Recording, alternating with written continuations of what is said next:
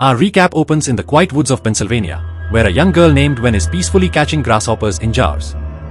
The forest is calm, the breeze is light, and everything seems perfect for a relaxing vacation with her two fathers, Eric and Andrew.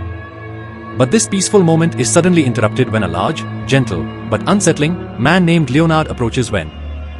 He speaks softly, politely, too politely. And yet, there is something unnerving about him. Leonard explains that he needs Gwen's family's help, and that he is sorry for what's going to happen. And just like that, the tone shifts. The world suddenly feels smaller. Danger creeps in.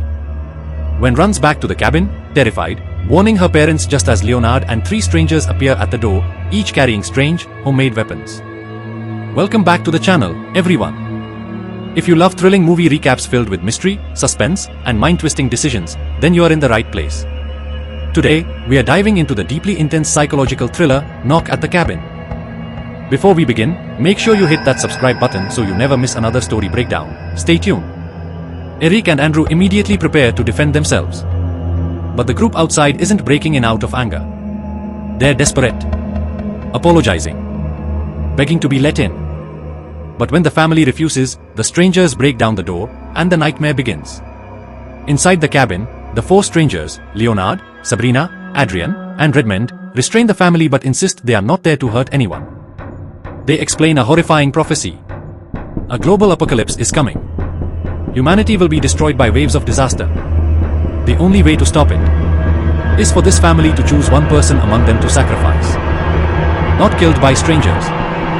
Not murdered by intruders. But willingly chosen by their own family. Eric and Andrew think it's madness, a delusion, a cult, a psychotic hallucination. They refuse. But Leonard insists each refusal will unleash another catastrophic plague on Earth. And to prove it, the intruders begin a ritual. With each rejection, one member of their group sacrifices themselves, triggering a disaster that appears suddenly on the news. Each time the family refuses. Redmond sacrifices himself, massive tsunamis wipe out entire coastlines.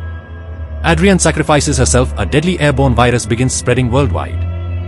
Sabrina sacrifices herself, the skies darken as planes begin falling from the sky like fire. Eric and Andrew are torn. Is this real? Or a horrifying coincidence? But Eric begins to see something, visions, signs.